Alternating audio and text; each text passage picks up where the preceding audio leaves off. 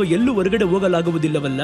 ನಾನು ಯೇಸುವಿನ ಸಂಗಡಿಗನು ಎಂದು ತಿಳಿದರೆ ನಮ್ಮ ಮೇಲೆ ಕೂಡ ತಪ್ಪೂರಿಸಬೇಕೆನ್ನುವಂತಹ ನೆಪ ಹುಡುಕುವರು ಎಂದು ತಮ್ಮನ್ನು ತಾವೇ ಅವರು ಪ್ರತ್ಯೇಕಿಸಿಕೊಂಡರು. ಲಾಕ್ಡೌನ್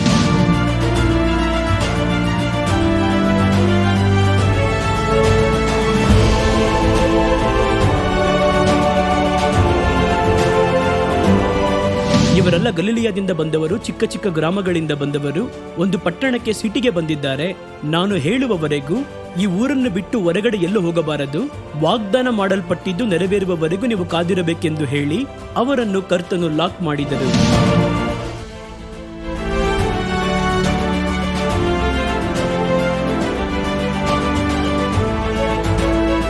ಆ ಪ್ರತ್ಯೇಕಿಸಲ್ಪಟ್ಟ ಆ ಒಂದು ಲಾಕ್ಡೌನ್ ವೇಳೆಯಲ್ಲೇ ಕರ್ತನು ಮೋಶೆಯನ್ನು ಮುಖಾಮುಖಿಯಾಗಿ ಸಂಧಿಸುತ್ತಾರೆ.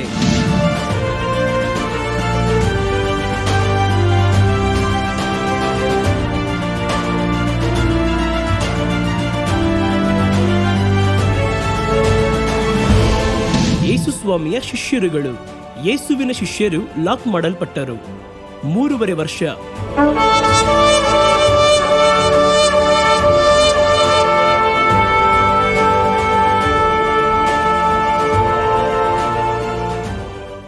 ದೇವರಾದ ಯೇಸು ಕ್ರಿಸ್ತನ ನಾಮದಲ್ಲಿ ನಿಮ್ಮೆಲ್ಲರಿಗೂ ನನ್ನ ಪ್ರೀತಿಯ ಅಭಿನಂದನೆಗಳು. ಕಳೆದ ಬಾರಿ ನಾವು ಭೇಟಿಯಾದಾಗ ಲಾಕ್ಡೌನ್, ಸತ್ಯವೇದದಲ್ಲಿ ಲಾಕ್ಡೌನ್ ಆದಂತಹ ಸಂಭವಗಳಲ್ಲಿ ಪ್ರಧಾನವಾಗಿರುವ ಲಾಕ್ಡೌನ್ ಕುರಿತಾಗಿ ನಾವು ಓದಿದೆವು, ಧ್ಯಾನ ಮಾಡಿದೆವು. ಆ ಲಾಕ್ಡೌನ್ ನಮಗೆ ಹೇಳಿಕೊಡುವಂತಹ ಕಾರ್ಯ ಏನೆಂದು ಕೇಳಿದರೆ, ತೆರೆದಿದ್ದಂತಹ ಬಾಗಿಲಲ್ಲಿ ಕರ್ತನು ಕೆಲಸವನ್ನು ಇಟ್ಟಿರುವ ಹಾಗೆಯೇ ಮುಚ್ಚಲ್ಪಟ್ಟ ಕದಗಳ ಒಳಗೂ ನಿಮಗೆ ಒಂದು ಕೆಲಸವನ್ನು ಇಟ್ಟಿದ್ದಾರೆ. ಅದು ಏನು ಅನ್ನುವುದನ್ನು ನಾವು ಕಂಡುಹಿಡಿಯಬೇಕು. ಇದುವೇ ಅದರ ಸಾರಾಂಶ. ನಾವು ತೆರೆದಿದ್ದ ಕದಗಳ ಹೊರಗೆ ಮಾಡಿದಂತಹ ಅದೇ ಕೆಲಸವನ್ನು ಮುಚ್ಚಲ್ಪಟ್ಟ ಕದಗಳ ಒಳಗೂ ನಾವು ಮಾಡಬಹುದು ಎಂದು ಯೋಚಿಸುವುದಾದರೆ, ನಮಗೆ ಕರ್ತನು ಇಟ್ಟಿರುವ ಆ ಒಂದು ಹೊಸ ಕೆಲಸವನ್ನು ಅಥವಾ ಮುಚ್ಚಲ್ಪಟ್ಟ ಕದಗಳ ಒಳಗೆ ಕರ್ತನು ಇಟ್ಟಿರುವಂತಹ ಕೆಲಸವನ್ನು ನಾವು ಮಾಡಲಾಗದೆ ಹೋಗುವುದು. ಇದರಿಂದಲೇ ನಾವು ದೇವರ ಬಳಿ ಕಾದಿದ್ದು ಕರ್ತನು ಹೇಳುವುದನ್ನು ಮಾತ್ರ ಮಾಡುವ ಗಮನವುಳ್ಳವರಾಗಿರಬೇಕು. ಒಂದು ಕಾರ್ಯವನ್ನು ಮಾಡಲು ಆರಂಭಿಸುವುದಾದರೆ ಅದನ್ನೇ ನಿರಂತರವಾಗಿ ಮಾಡಬೇಕು. ಅದಕ್ಕೆ ಬೇರೆ ಯಾವುದಾದರೂ ಮಾರ್ಗವನ್ನು ಉಂಟು ಮಾಡಿಕೊಳ್ಳುತ್ತೇವೆ ಎಂದು ಯೋಚಿಸಬಾರದು. ಲಾಕ್ಡೌನ್ನಲ್ಲಿ ತೆರೆದ ಬಾಗಿಲಲ್ಲಿ ಒಂದು ಕೆಲಸವು, ಮುಚ್ಚಲ್ಪಟ್ಟ ಕದಗಳ ಒಳಗೆ ಬೇರೆ ಒಂದು ಕೆಲಸವನ್ನು ಕರ್ತನು ಇಟ್ಟಿದ್ದರು. ಹಾಗಾದರೆ ನೋಹನ ಚರಿತ್ರೆಯನ್ನು ನಾವು ಓದಿ ನೋಡುವಾಗ ಮುಚ್ಚಲ್ಪಟ್ಟ ಕದಗಳ ನಡುವೆಯಲ್ಲಿ, ಕದಗಳ ಹಿಂಭಾಗದಲ್ಲಿ ಅವರಿಗೆ ಒಂದು ದೊಡ್ಡ ಜವಾಬ್ದಾರಿಯನ್ನು, ದೊಡ್ಡ ಕೆಲಸವನ್ನು ಇಟ್ಟಿದ್ದರು. ಇವತ್ತು ಲೋಕದಲ್ಲಿ ಇಷ್ಟೊಂದು ಪಕ್ಷಿಗಳು, ಮೃಗಗಳು, ಜೀವಿಗಳೆಲ್ಲವನ್ನು ನೀವು ನೋಡುವುದಾದರೆ ನೋಹನು ಅವತ್ತು ಅದರ ಸಂತತಿಯನ್ನು ಪರಾಂಬರಿಸಿ ಕಾಪಾಡಿದ್ದೇ ಕಾರಣ. ಯಾಕೆ ಇವತ್ತು ನೀವು ನಾನು ಬದುಕಿದೀವಿ ಅಂತ ನಾವು ಹೇಳೋದಾದರೆ, ನೋಹನಿಗೆ ದೇವರು ಕೊಟ್ಟಂತ ಯೋಜನೆಯಲ್ಲಿ ನರ ಮನುಷ್ಯರನ್ನು, ಮಾನವರನ್ನು ಕೂಡ ಸಂರಕ್ಷಿಸುವ ಹಾಗೆ ಆ 8 ಮಂದಿ ಕಾಪಾಡಲ್ಪಟ್ಟದರಿಂದಲೇ ಇವತ್ತು ನೀವು ನಾನು ಜೀವದಿಂದುಳಿದು ನಾವು ಮಾತಾಡುತ್ತಾ ಇದ್ದೇವೆ. ಅವರು ತಮ್ಮ ಕರ್ತವ್ಯವನ್ನು ಅಲ್ಲೆಗೆಳೆದಿದ್ದರೆ ಅಥವಾ ತಮ್ಮ ಕುಟುಂಬವನ್ನು ಮಾತ್ರ ನೋಡಿರುವುದಾದರೆ ಇವತ್ತು ಮನುಷ್ಯರು ಮಾತ್ರ ಭೂಮಿಯಲ್ಲಿರುತ್ತಿದ್ದರೂ ಈ ಒಂದು ಭೂಮಿಯು ಬರಿದಾಗಿ ಮಾರ್ಪಡುತ್ತಿತ್ತು. ಈ ಭೂಮಿಯನ್ನು ದೇವರು ರೂಪಿಸುವುದಕ್ಕಾಗಿಯೂ ಅದರ ಜೀವನ ಚಕ್ರವನ್ನು ಸರಿಯಾಗಿ ಕ್ರಮಪಡಿಸುವುದಕ್ಕೂ ಎಲ್ಲಾ ಮೃಗರಾಶಿಗಳು ಅವರಿಗೆ ಅವಶ್ಯಕತೆಯಾಗಿದೆ. ಆದ್ದರಿಂದಲೇ ದೊಡ್ಡ ಯೋಜನೆಯನ್ನು ದೇವರು ನೋಹನಿಗೆ ಕೊಟ್ಟು ಅದನ್ನು ಸಂರಕ್ಷಿಸಿ ಕಾಪಾಡಿದ್ದರು. ಹಾಗಾದ್ರೆ ನೋಹನು ಅದರ ಕರ್ತವ್ಯವನ್ನು ಅರಿತುಕೊಂಡು ತಿಳಿದವನಾಗಿ ಮುಚ್ಚಲ್ಪಟ್ಟ ಬಾಗಿಲು, ಕದಗಳು ಮುಚ್ಚುತ್ತಲ್ಲ ಎಂದು ಕುಳಿತು ಯೋಚನೆ ಮಾಡ್ತಿರಲಿಲ್ಲ. ಹೊರಗೆ ಹೋಗಲು ಆಗಲಿಲ್ಲವೆಂದು ಹೇಳಿ ಅವರು ಆತಂಕ ಪಡುತ್ತಿರಲಿಲ್ಲ. ಇಲ್ಲಿಯವರೆಗೂ ಮಾಡುತ್ತಾ ಬಂದ ಸೇವೆ ನಿಂತು ಹೋಯಿತಲ್ಲ, ಅದನ್ನು ಪುನಃ ಹೇಗೆ ಮಾಡುವುದೆಂದು ಯೋಚಿಸಲಿಲ್ಲ. ನಂತರ ಏನ್ ಮಾಡೋದು? ಅದು ದೇವರ ಕೈಯಿಂದ ಬರಬೇಕು. ನಂತರ ನಾನು ಮಾಡಬೇಕಾದದ್ದೇನು, ಕರ್ತನು ಅದನ್ನು ತೀರ್ಮಾನವಾಗಿ ಹೇಳಬೇಕು ಎನ್ನುವುದರಲ್ಲಿ ಗಮನವಾಗಿದ್ದು, ಕರ್ತನು ಹೇಳಿದ ಮಾತುಗಳನ್ನು, ಮುಚ್ಚಲ್ಪಟ್ಟ ಕದಗಳ ಒಳಗೆ ಅವರಿಗೆ ದೇವರು ನೇಮಿಸಿರುವ ಕೆಲಸವನ್ನು ಅವರು ಸರಿಯಾಗಿ ನೆರವೇರಿಸಿದರು. ಆದ್ದರಿಂದಲೇ ಭೂಮಿಯು ಇವತ್ತು ಸಂರಕ್ಷಿಸಲ್ಪಟ್ಟದ್ದಾಗಿದೆ. ಹಾಗಾದರೆ ನೋಹನಿಗೆ ಭೂಮಿಯ ಎಲ್ಲಾ ಪ್ರಜೆಗಳು ವಂದನೆ ಸಲ್ಲಿಸಿ ಕೃತಜ್ಞತೆ ಉಳ್ಳವರಾಗಿರಬೇಕೆನ್ನುವುದನ್ನು ನಾವು ಬಂದು ನಿರಾಕರಿಸುವುದಕ್ಕಾಗುವುದಿಲ್ಲ. ಆಗ ಕರ್ತನು ಆ ರೀತಿ ಒಂದು ಯೋಜನೆಯನ್ನು ಕೊಟ್ಟರು. ಆ ಯೋಜನೆಯನ್ನು ಕ್ರಮವಾಗಿ ಅವರು ನಿರ್ವಹಿಸಿದರು. ಇದೊಂದು ಲಾಕ್ಡೌನ್. ಇನ್ನು ನಾವು ಇನ್ನೊಂದು ಲಾಕ್ಡೌನ್ ಕುರಿತಾಗಿ ನೋಡಲಿದ್ದೇವೆ. ಆ ಲಾಕ್ಡೌನ್ ಯಾವುದೆಂದರೆ ಸತ್ಯವೇದದಲ್ಲಿ ಶಿಷ್ಯರಿಗೆ ನೇಮಿಸಲ್ಪಟ್ಟ ಲಾಕ್ಡೌನ್. ಶಿಷ್ಯರು 12 ಮಂದಿ ನಿಮಗೆ ಗೊತ್ತು. ಅದರಲ್ಲಿ ಯೂದನು ಸತ್ತು ಹೋಗುತ್ತಾನೆ. ಅದರ ನಂತರ 120 ಮಂದಿ ಅವರ ಶಿಷ್ಯರ ಸಂಗಡ ಕೂಡಿ, ಪ್ರಧಾನ ಶಿಷ್ಯರೆಂದರೆ 12 ಮಂದಿ. ಅದರ ನಂತರ ಅವರ ಮಾತನ್ನು ಅಂಗೀಕರಿಸಿ ಹಿಂಬಾಲಿಸಿದವರು. ಅವರು ಪೂರ್ಣಾವಧಿ ಕರ್ತರೊಟ್ಟಿಗೆ ಇಲ್ಲದ ಹಾಗೆ ಅಲ್ಲಿ ಮನೆಗಳಲ್ಲಿ ಬಂದು ಪ್ರಾರ್ಥನೆ ಮಾಡಿದವರು, ಸೇವೆಗೆ ಸಹಾಯ ಮಾಡಿದವರೆಂದು ಒಂದು 120 ಮಂದಿ ಶಿಷ್ಯರಿದ್ದರು. ಇವರ ಬಗ್ಗೆ ಹೇಳಲ್ಪಟ್ಟಿರುವ ಲಾಕ್ಡೌನ್ ಕುರಿತಾಗಿ ಕರ್ತನ ಸತ್ಯವೇದವು ನಮಗೆ ಹೇಳುವಂತದ್ದಾಗಿದೆ. ಯಾಕೆ ಈ ಸತ್ಯವೇದದ ಲಾಕ್ಡೌನ್ಗಳ ಕುರಿತಾಗಿ ನಾವು ಬಂದು ಧ್ಯಾನಿಸಬೇಕೆಂದರೆ, ಕರ್ತನು ಒಂದು ಕದವನ್ನು ಮುಚ್ಚುವಾಗ ಆ ಮುಚ್ಚಲ್ಪಟ್ಟ ಕದಗಳ ಒಳಗೆ ಬೇರೆ ಒಂದು ಕೆಲಸವನ್ನು ಕರ್ತನು ನಮಗೋಸ್ಕರ ಇಟ್ಟಿದ್ದಾರೆ. ಅದನ್ನು ನಾವು ಅರ್ಥ ಮಾಡ್ಕೋಬೇಕು. ಆ ಕದವನ್ನು ಒಡೆಯುವುದಕ್ಕಾಗಲಿ ಬೇರೆ ದಾರಿಯನ್ನು ಹುಡುಕುವುದಕ್ಕಾಗಲಿ ಪ್ರಯತ್ನ ಮಾಡಬಾರದು. ಹಾಗಾದರೆ ಯಾವ ಯಾವ ಕೆಲಸವನ್ನೆಲ್ಲ ಅವರು ಮಾಡಿದರು ಎನ್ನುವುದನ್ನು ತಿಳಿದುಕೊಳ್ಳಬೇಕು. ಬೇಕಾದರೆ ಚೆನ್ನಾಗಿ ನೋಡಿ. ಕರ್ತನು ಸೌಲನನ್ನು ಕರೆದಾಗ ಅವರು ಬರ್ತಾರೆ. ಸಭೆಗಳನ್ನು ಹಿಂಸೆಪಡಿಸುವುದಕ್ಕಾಗಿ ಬರುತ್ತಾನೆ ಸೌಲನು. ಅನುಮತಿಯನ್ನು ಪಡೆದುಕೊಂಡಿದ್ದಾರೆ. ಜನಗಳು ಅವರು ಹಿಂಸೆಪಡಿಸುತ್ತಾರೆ ಎಂದು ಭಯಪಡುತ್ತಾರೆ. ಮಾರ್ಗದ ಮಧ್ಯದಲ್ಲಿ ಅವರು ಕರ್ತನ ಬೆಳಕನ್ನು ನೋಡುತ್ತಾರೆ. ನೆಲದಲ್ಲಿ ಕೆಳಗೆ ಬೀಳುತ್ತಾರೆ. ಒಂದು ಶಬ್ದ ಕೇಳಿಸುತ್ತದೆ. ತಕ್ಷಣ ನೋಡಿ ಅವರ ಕಣ್ಣಿನ ದೃಷ್ಟಿಯು ಅವರಿಗೆ ಕುರುಡಾಗುತ್ತದೆ. 3 ದಿನಗಳು ಲಾಕ್ಡೌನ್. 3 ದಿನ ಕಾಣಿಸಲಿಲ್ಲ. ಕೈಗಳಲ್ಲಿ ಕೊಡುವವರನ್ನು ಹುಡುಕಿದರು. ಕರ್ತನ ಮಾತು ಉಂಟಾಗಿ ನೆಟ್ಟನೆ ಬೀದಿಗೆ ಅವರು ಹೋಗಿ, ಅನನೀಯನು ಎನ್ನುವವನ ಮನೆಗೆ ಹೋಗು, ಅಲ್ಲಿ ನಿನಗೆ ಸಂದೇಶವು ಕಾದಿದೆ ಎಂದರು. ಅನನೀಯನ ಬಳಿ ಕರ್ತನು ಮಾತಾಡಿದರು. ಸೌಲನು ಹುಡುಕುತ್ತಿದ್ದಾನೆ, ಬರುವನು ಎಂದು. ಅನನೀಯನಿಗೆ ಭಯ, ಯಾಕೆಂದರೆ ಆ ವ್ಯಕ್ತಿಯ ಕುರಿತಾಗಿ ಬಹಳ ಕೇಳ್ಪಟ್ಟಿದ್ದೇವೆ, ಕೊಲೆಗಾರ, ಸಭೆಗಳ ಹಿಂಸಕನಲ್ಲವೇ ಎಂದು. ಕರ್ತನು ಹೇಳಿದರು, ಭಯಪಡಬೇಡ, ಅವನನ್ನು ಅಂಗೀಕರಿಸು ಎಂದು. 3 ದಿನಗಳು ಕಣ್ಗಳು ಕಾಣಿಸದೆ ಲಾಕ್ಡೌನ್. ಇಲ್ಲಿ ಬಂದು ಕರ್ತನು ನೋಹನಿಗೆ ಆ ನಾವೆಯ ಬಾಗಿಲನ್ನು ಮುಚ್ಚಿದರು, ಸೌಲನಿಗೆ ಕಣ್ಗಳನ್ನು ಮುಚ್ಚಿದರು. ಅಲ್ಲಿಗೆ ಮುಗ್ದೋಗ್ಲಿಲ್ಲ. ನೀವು ಸತ್ಯವೇದವನ್ನು ಓದಿ ನೋಡಿದ್ರೆ ಗೊತ್ತಾಗುತ್ತೆ. ಅವರು ಪರಿಶುದ್ಧಾತ್ಮನ ಅಭಿಷೇಕವನ್ನು ಹೊಂದಿ ತಕ್ಷಣ ಸೇವೆಗೆ ಹೋಗಲಿಲ್ಲ. 3 ವರ್ಷಗಳು ಅರಬ ದೇಶಗಳಿಗೆ ಹೋಗಿ ತಮ್ಮನ್ನು ಮರೆಮಾಡಿಕೊಂಡಿದ್ದರು ಎಂದು ಸತ್ಯವೇದದಲ್ಲಿ ಇದು ಸೂಚಿಸಲ್ಪಟ್ಟದ್ದಾಗಿದೆ. ಆ ದಿನಗಳು ಪೂರ್ತಿಯಾಗಿ ಪೌಲನು ತನ್ನನ್ನು ಸಿದ್ಧಪಡಿಸಿಕೊಂಡನು. ಯಾರು ಈ ಕ್ರಿಸ್ತನು? ಕ್ರಿಸ್ತನ ಮೂಲಕವಾಗಿ ಕರ್ತನು ಏನು ಮಾಡಲು ಇದ್ದಾರೆ ಎನ್ನುವುದೆಲ್ಲವನ್ನು ಸ್ಪಷ್ಟವಾಗಿ ತಿಳಿದುಕೊಂಡ ನಂತರವೇ ಅವರು ಸೇವೆಗೆ ತಮ್ಮನ್ನು ಒಪ್ಪಿಸಿಕೊಟ್ಟರು ಎಂದು ನಾವು ತಿಳಿದುಕೊಳ್ಳಬೇಕು. ಆಗ ಕದಗಳು ಮುಚ್ಚಲ್ಪಟ್ಟಿದೆಯಲ್ಲವೇ, ಜನಗಳನ್ನು ನಾವು ಸಂಧಿಸಲಿಲ್ಲವಲ್ಲ, ಒಂದು ಲಾಕ್ಡೌನ್ನಲ್ಲಿ ಇದ್ದೇವೆ ಎನ್ನುವುದಕ್ಕಾಗಿ ತಳಮಳಗೊಳ್ಳಬಾರದು. ನಾನು ಮುಂಚಿತವಾಗಿ ಹೇಳಿದ ಹಾಗೆ ಕರ್ತನಿಂದ ನೀವು ಸತ್ಯವಾಗಿ ಕರೆಯಲ್ಪಟ್ಟಿರುವುದಾದರೆ ಕದಗಳು ತೆರೆದಿದ್ದರೆ ಮಾತ್ರವಲ್ಲ, ಮುಚ್ಚಲ್ಪಟ್ಟಿರುವಾಗಲೂ ಮುಚ್ಚಲ್ಪಟ್ಟ ಕದಗಳ ನಡುವೆಯಲ್ಲಿಯೂ ಕರ್ತನು ನಿಮಗೊಂದು ಕೆಲಸವನ್ನು ಇಟ್ಟಿರುತ್ತಾರೆ ಎನ್ನುವುದರಲ್ಲಿ ಯಾವ ಸಂದೇಹವೂ ಇಲ್ಲ. ಸರಿ, ಇಲ್ಲಿ ನೋಡಿರಿ, 2ನೆಯ ಲಾಕ್ಡೌನ್. ಏನ್ ನೋಡ್ತೀವಿ? ಯೇಸು ಸ್ವಾಮಿಯ ಶಿಷ್ಯರುಗಳು, ಯೇಸುವಿನ ಶಿಷ್ಯರು ಲಾಕ್ ಮಾಡಲ್ಪಟ್ಟರು. 3.5 ವರ್ಷ ಯೇಸುವಿನ ಜೊತೆಯಲ್ಲಿ ಗಲಿಲಿಯ ಪೂರ್ತಿಯಾಗಿ ಸುತ್ತಿ ಬಂದರು. ಸತ್ಯವೇದದ ಇದೆಯಲ್ಲ, ಗಲಿಲಿಯ ಪೂರ್ತಿಯಾಗಿ ಯೇಸು ಹಲವು ಕಡೆ ತಿರುಗಾಡುತ್ತಾ ನಗರಗಳಲ್ಲಿಯೂ ಗ್ರಾಮಗಳಲ್ಲಿಯೂ ಪಟ್ಟಣಗಳಲ್ಲಿಯೂ ಬೀದಿಗಳಲ್ಲೂ ನಿಂತು ಪ್ರಸಂಗ ಮಾಡಿದರು ಎಂದು. ಯೇಸು ಮಾತ್ರನ ಪ್ರಸಂಗ ಮಾಡಿದ್ದು, ಯೇಸು ಮಾತ್ರನ ಪ್ರಯಾಣ ಮಾಡಿದ್ದು. ಅವರ ಜೊತೆಯಲ್ಲಿ ಸೇರಿ ಈ ಶಿಷ್ಯರು ಕೂಡ ಎಲ್ಲಾ ಕಡೆಗಳಲ್ಲಿಯೂ ಪ್ರಯಾಣ ಮಾಡಿದರು. ಯೇಸು ಎಲ್ಲೂ ಒಬ್ಬಂಟಿಗರಾಗಿ ಹೋಗಲಿಲ್ಲ. ಅವರು ಹೋಗಿದ ಸ್ಥಳದಲ್ಲೆಲ್ಲ ಇವರು ಜೊತೆಯಲ್ಲಿಯೇ ಹೋದರು. ಶಿಷ್ಯರು ಇದ್ದರು. 3.5 ವರ್ಷ ಹಲವು ಬೆಟ್ಟಗಳು, ಗ್ರಾಮಗಳು, ಪಟ್ಟಣಗಳು, ಎಲ್ಲಾ ಕಡೆಗಳಲ್ಲಿಯೂ ಪ್ರಸಂಗ ನಡೆದುಕೊಂಡು ಹೋಗಿ ಯೆರೂಸಲೇಮಿಗೆ ಬನ್ನಿ. ಯೆರೂಸಲೇಮೇ ಅವರಿಗೆ ಒಂದು ದೊಡ್ಡ ಕ್ಯಾಪಿಟಲ್ ಸಿಟಿ, ಒಂದು ದೊಡ್ಡ ಪಟ್ಟಣ ಅಲ್ಲಿ. ಆ ರೀತಿ ಈಗ ನಾವು ಈ ಡೆಲ್ಲಿಗೆ ಹೋಗುವ ಹಾಗೆ, ಅಮೆರಿಕದಿಂದ ನ್ಯೂಯಾರ್ಕ್ಗೆ ಹೋಗುವ ಹಾಗೆ, ವಾಷಿಂಗ್ಟನ್ಗೆ ಹೋಗುವ ಹಾಗೆ ಚೆನ್ನಾಗಿ ಜನಗಳ ಮಧ್ಯೆ ಚಿರಪರಿಚಿತರಾಗಿದ್ದರು. ಜನಗಳು ಯೇಸುವನ್ನು ನೋಡುವುದಕ್ಕಿಂತ ಮುಂಚೆ ಶಿಷ್ಯರನ್ನೇ ಅವರು ನೋಡಬೇಕು. ಕೂಟವನ್ನು ನಿಯಂತ್ರಿಸುವಂತದ್ದು. ಯೇಸು ಎಷ್ಟರ ಮಟ್ಟಿಗೆ ಜನಗಳ ಮಧ್ಯೆ ಪ್ರಸಿದ್ಧರಾಗಿದ್ದರೋ ಅವರ ಜೊತೆಯಲ್ಲಿ ಇದ್ದಂತಹ ಶಿಷ್ಯರು ಕೂಡ ಜನಗಳ ಮಧ್ಯದಲ್ಲಿ ಬಹಳ ಪರಿಚಿತರಾಗಿ ಇದ್ದರು. ಜನಗಳ ಮಧ್ಯೆ ಒಡನಾಟದಲ್ಲಿ ಅವರು ಇದ್ದರು. ಜನಗಳು ಗುಂಪು ಗುಂಪಾಗಿ ಯೇಸುವಿನ ಸಂದೇಶವನ್ನು ಕೇಳಲು ಬರುವಾಗ ಇವರು ಅವರ ನಡುವೆಯಲ್ಲಿ ಅವರು ತಮ್ಮ ಕೆಲಸವನ್ನು ಮಾಡುವವರಾಗಿ ಇದ್ದರು.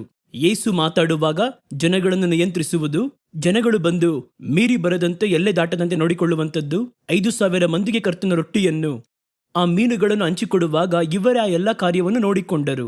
ಆಗ ಅದೇ ರೀತಿ ಯೇಸು ಪರಿಚಿತರಾಗಿ ಇರುವ ಹಾಗೆ ಅವರ ಶಿಷ್ಯರು ಕೂಡ ಜನಗಳೆಲ್ಲರಿಗೂ ಗೊತ್ತು. ಅವರು ಕೂಡ ದಿನ ಬೆಳಗಾದರೆ ಗ್ರಾಮಗಳು, ನಗರಗಳು, ಪಟ್ಟಣಗಳು ಎಂಬುದಾಗಿ ಪ್ರತಿದಿನವೂ ಒಂದೊಂದು ಪ್ರೋಗ್ರಾಂ, ಒಂದೊಂದು ಸೇವೆ ನಡೆಯುತ್ತಲೇ ಇತ್ತು. ಆದರೆ ಯೇಸು ಶಿಲುಬೆಯಲ್ಲಿ ಜಡಿಯಲ್ಪಟ್ಟಾಗ ಇವರನ್ನು ಒಂದು ಭಯ ಹಿಡಿದುಕೊಂಡಿತು, ಒಂದು ಲಾಕ್ಡೌನ್. ಹೊರಗಡೆ ಹೋಗಕ್ಕಾಗಲ್ಲ. ನೀವು ಚೆನ್ನಾಗಿ ಒಂದು ಕಾರ್ಯವನ್ನು ತಿಳ್ಕೋಬೇಕು. ಚರಿತ್ರೆ ಪೂರ್ವಕವಾಗಿಯೇ ರೋಮನ್ನರು ತಾವು ಆಳ್ವಿಕೆ ಮಾಡಿದ ದೇಶಗಳಲ್ಲಿ ಅಪರಾಧ ಹೊರಿಸಲ್ಪಟ್ಟ ಅಪರಾಧಿಯನ್ನು ಅವರು ದಂಡಿಸಬೇಕಾದರೆ ಒಂದು ಗುಂಪಿನ ಸೇವಕರುಗಳು ಸುತ್ತಲೂ ನಿಂತು ಆ ಒಂದು ಅಪರಾಧಿಯು ದಂಡಿಸಲ್ಪಡಬೇಕಾದರೆ ಯಾರ್ಯಾರೆಲ್ಲ ಬಂದಿದ್ದಾರೆ ಎಂದು ಗಮನಿಸುತ್ತಿರುವರು.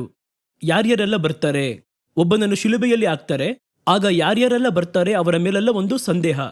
ಬಂದಿರುವವರನ್ನು ಹಾಗೆ ಹಿಂಬಾಲಿಸಲು ಅವರು ಆರಂಭಿಸುವರು. ಯಾಕೆಂದ್ರೆ ಅವರೊಟ್ಟಿಗೆ ಸಂಪರ್ಕವಿರುವವರು ಅದೇ ಅಪರಾಧವನ್ನು ಇವರು ಮಾಡ್ತಾರೆ, ಅವರ ಒಂದು ಜೊತೆಗಾರನಾಗಿರ್ತಾರೆ ಎಂದು ಅವರನ್ನು ಹಾಗೆ ವಾಚ್ ಮಾಡುವರಂತೆ. ಇದಕ್ಕೆ ಭಯಪಟ್ಟು ಏನು ಮಾಡುವರೆಂದರೆ, ಒಬ್ಬನು ಅಪರಾಧ ಹೊರಿಸಲ್ಪಟ್ಟು ದಂಡಿಸಲ್ಪಡುವುದಾದರೆ ಆ ದಂಡಿಸಲ್ಪಡುವ ಸ್ಥಳಕ್ಕೆ ಯಾರು ಹೋಗುವುದಿಲ್ಲ ಆ ಒಂದು ವೇಳೆಯಲ್ಲಿ. ಯಾಕೆಂದರೆ ಹೋದರೆ ನಮ್ಮನ್ನು ಕೂಡ ಅವರು ಹಾಗೆಯೇ ನಮ್ಮ ಮೇಲೆ ಒಂದು ಕಣ್ಣಿಡುವರು. ಅವರ ಕಣ್ಣೋಟದಲ್ಲಿ ನಮ್ಮನ್ನು ತರುವರು. ಅವತ್ತು ಇವನು ಬಂದಿದ್ನಲ್ಲ, ಬಾಳ ಹೊತ್ತು ಅಳ್ತಿದ್ನಲ್ಲ, ಆ ಶವವನ್ನು ತೆಗೆದುಕೊಂಡು ಹೋದ್ನಲ್ಲ, ಅವನ ಜೊತೆಯಲ್ಲಿ ಬಂದು ನಿಂತುಕೊಂಡರಲ್ಲ, ಆ ರೀತಿ ಅವರು ನೋಡುವರಂತೆ. ಆದ್ದರಿಂದಲೇ ಯೇಸುವನ್ನು ಶಿಲುಬೆಗೆ ಜಡಿಯಲು ಕರೆದುಕೊಂಡು ಹೋಗುವಾಗ ಅವರ ಶಿಷ್ಯರಲ್ಲಿ ಬಹುತೇಕ ಯಾರು ಕೂಡ ಅಲ್ಲಿ ಬರಲಿಲ್ಲ. ಅವರಿಗೆ ಪ್ರಿಯನಾಗಿರುವ ಶಿಷ್ಯನು ಯೇಸುವಿನ ತಾಯಿಯು, ಇನ್ನು ಕೆಲವು ಸ್ತ್ರೀಯರು ಮಾತ್ರ ಅವರನ್ನು ಹಿಂಬಾಲಿಸುತ್ತಾ ಹೋದರು ಎಂಬುದಾಗಿ ಬರೆಯಲ್ಪಟ್ಟಿದೆ. ಭಯ. ಆಗ ಹೊರಗಡೆ ಹೋಗಲಾಗ್ಲಿಲ್ಲ. ನಾವು ಯೇಸುವಿನ ಸಂಗಡಿಗರು ಎಂದು ಒಂದು ವೇಳೆ ಗೊತ್ತಾಗುವುದಾದರೆ ನಮ್ಮ ಮೇಲೂ ಅಪರಾಧ ಹೊರಿಸಲ್ಪಡುವುದಾ ಎನ್ನುವ ಒಂದು ಭಯ. ಆಗ ಶಿಷ್ಯರನ್ನು ಅದು ಹಿಡಿದುಕೊಂಡಿತು. ಈ ಶಿಷ್ಯರು ಏನು ಮಾಡಿದರು? ಕದಗಳನ್ನು ಮುಚ್ಚಿಕೊಂಡವರಾಗಿ ಹೊರಗೆ ಬರಲು ಭಯಪಟ್ಟು ತಮ್ಮನ್ನು ತಾವೇ ಏಕಾಂತಪಡಿಸಿಕೊಂಡರು. ಬಹಳ ಸ್ಥಳಗಳಲ್ಲಿ ಹೊರಗೆ ಬಂದರೆ ಅವರಿಗೆ ಸಮಸ್ಯೆ ಇದೆ. ಇಷ್ಟು ದಿನ ಪ್ರತಿನಿತ್ಯವೂ ಒಂದು ಹೊಸ ಸೇವೆ, ಇವತ್ತು ಯಾವ ಊರು, ಯಾವ ಪಟ್ಟಣ, ಇವತ್ತು ಯಾರನ್ನು ಗುಣಪಡಿಸಲಿದ್ದಾರೆ, ಇವತ್ತು ಏನ್ ಮಾತಾಡ್ತಾರೋ ಎಂದು ಅಷ್ಟು ಬ್ಯುಸಿಯಾಗಿ ಇದ್ದ ಕರ್ತನ ಶಿಷ್ಯರು ಯೇಸುವಿನ ಮರಣದ ನಂತರ ಒಂದು ದುಃಖ ಒಂದು ಕಡೆ, ಆ ದುಃಖವು ಒಂದು ಕಡೆ, ಮುಂದೆ ಏನು ಮಾಡುವುದು ಎನ್ನುವಂತಹ ಭಯ ಮತ್ತೊಂದು ಕಡೆ, ತನ್ನ ಜೀವನದ ಭವಿಷ್ಯ ಏನಾಗಿರುವುದು ಎನ್ನುವ ಚಿಂತನೆ ಮತ್ತೊಂದು ಕಡೆ.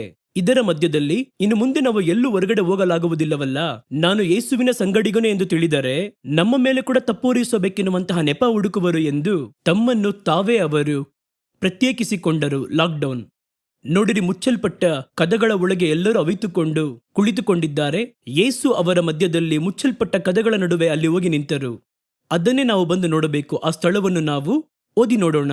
ಅಪೊಸ್ತಲರ ಕೃತ್ಯಗಳು 1ನೇ ಅಧ್ಯಾಯದಲ್ಲಿ ಅದು ಹೇಳಲ್ಪಟ್ಟಿದೆ. ಇದು ಎಷ್ಟು ದಿನ ಮುಂದುವರಿಯಿತು ಎಂದು ಕೇಳಿದರೆ 40 ದಿನಗಳು. 40 ದಿನಗಳು ಇವರು ಹೊರಗಡೆ ಬಹಿರಂಗವಾಗಿ ಬರಲಾಗದೆ, ಅಲ್ಲಲ್ಲಿ ಅವರು ಹೋಗಿದ್ದಾರೆ, ಆದರೆ ಹೊರಗೆ ಬಹಿರಂಗವಾಗಿ ಬರಲಾಗದೆ ಅವರು ತಮ್ಮನ್ನು ಪ್ರತ್ಯೇಕಿಸಿಕೊಂಡಿದ್ದಂತಹ ಸಮಯ. ಪ್ರತ್ಯೇಕಿಸಿಕೊಂಡರು 40 ದಿನಗಳು.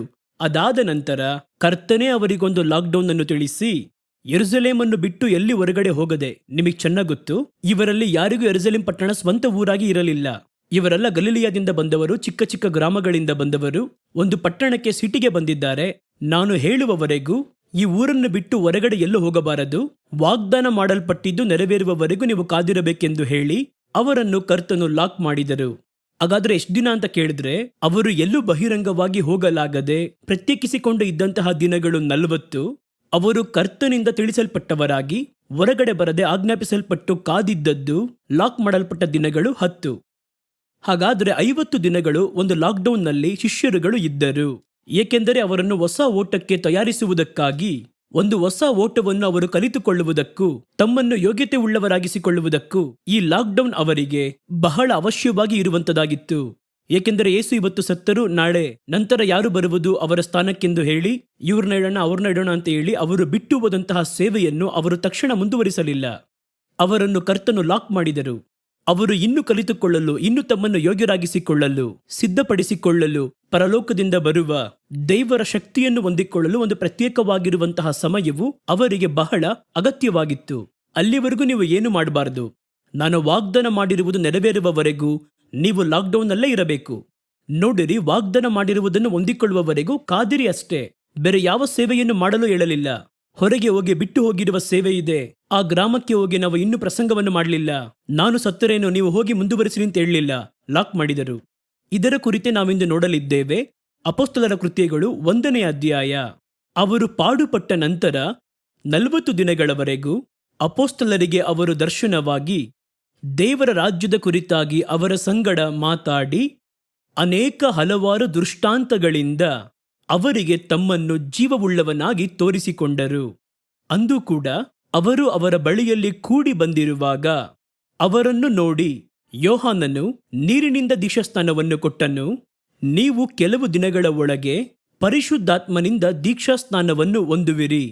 ಆದ್ದರಿಂದ ನೀವು ಯೆರೂಸಲೇಂ ಪಟ್ಟಣವನ್ನು ಬಿಟ್ಟು ಹೋಗದೆ ನೀವು ನನ್ನ ಬಳಿ ತಿಳಿದುಕೊಂಡ ತಂದೆಯ ವಾಗ್ದಾನ ನೆರವೇರುವುದಕ್ಕೋಸ್ಕರವಾಗಿ ಕಾದಿರಿ ಎಂದು ಆಜ್ಞಾಪಿಸಿದರು.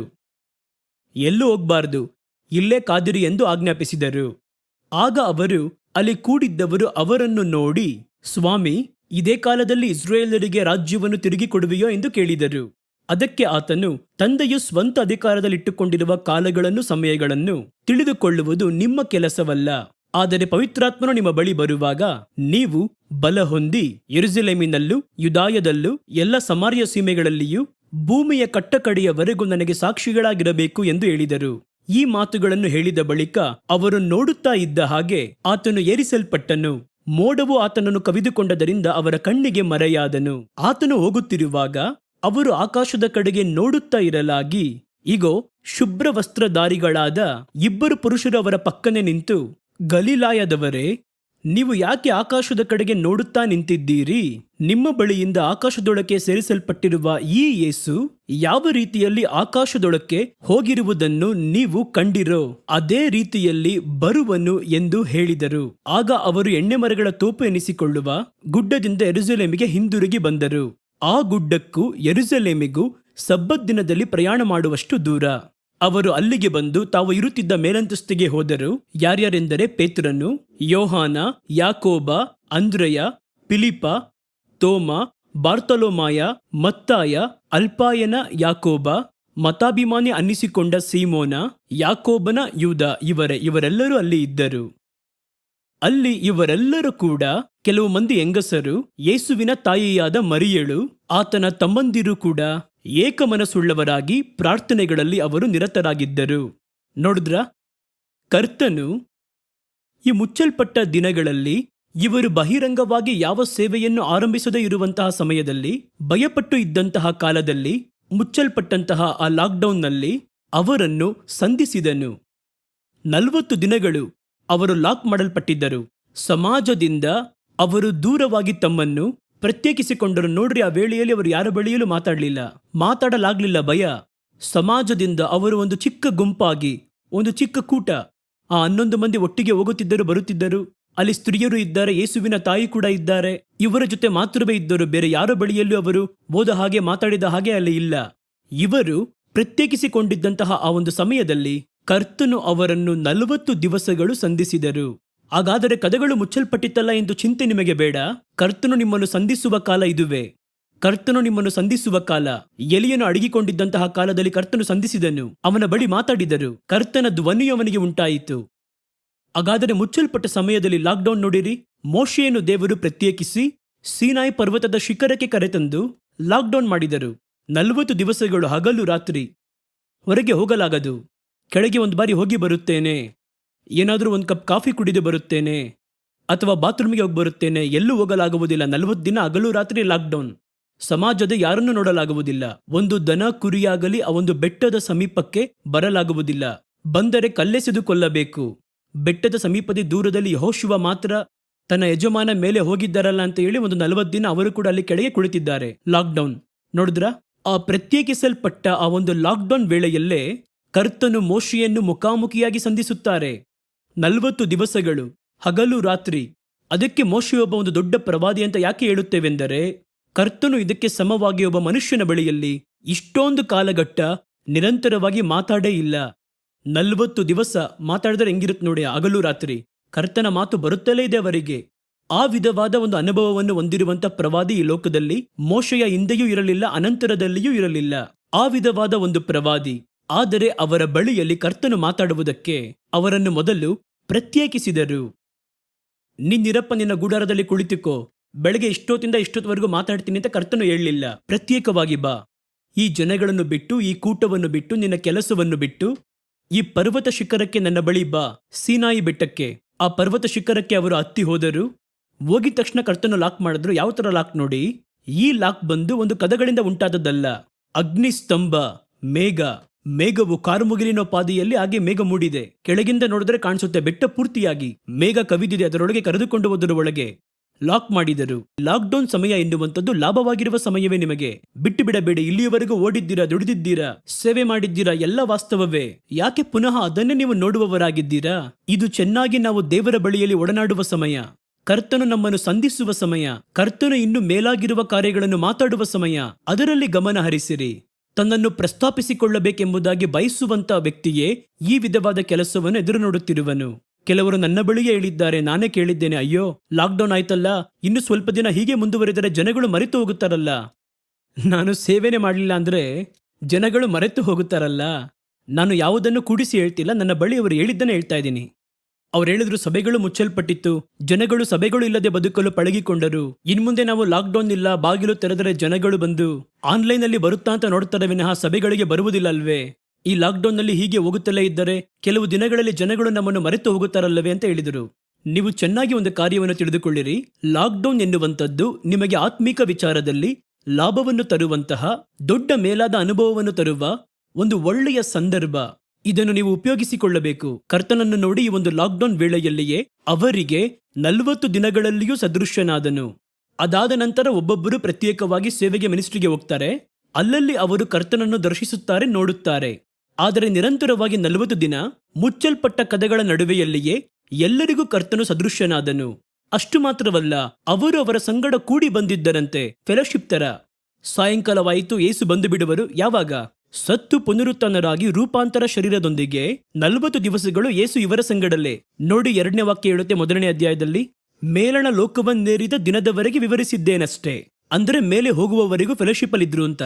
ಎಲ್ಲ ಬನ್ನಿ ನಾವೆಲ್ಲ ಸೇರಿ ಪ್ರಾರ್ಥನೆ ಮಾಡೋಣ ಅಥವಾ ಮಾತಾಡೋಣ. ನಾನು ನಿಮಗೆ ಕೆಲವೊಂದು ಕಾರ್ಯವನ್ನು ಹೇಳಿಕೊಡುತ್ತೇನೆ, ಟೀಚಿಂಗ್ಸ್. ಇನ್ ಮುಂದೆ ಅವ್ರು ಏನ್ ಮಾಡಬೇಕು, ಏನನ್ನು ಹೊಂದಿಕೊಳ್ಳಬೇಕು, ಯಾವ ರೀತಿ ನಡಿಬೇಕು.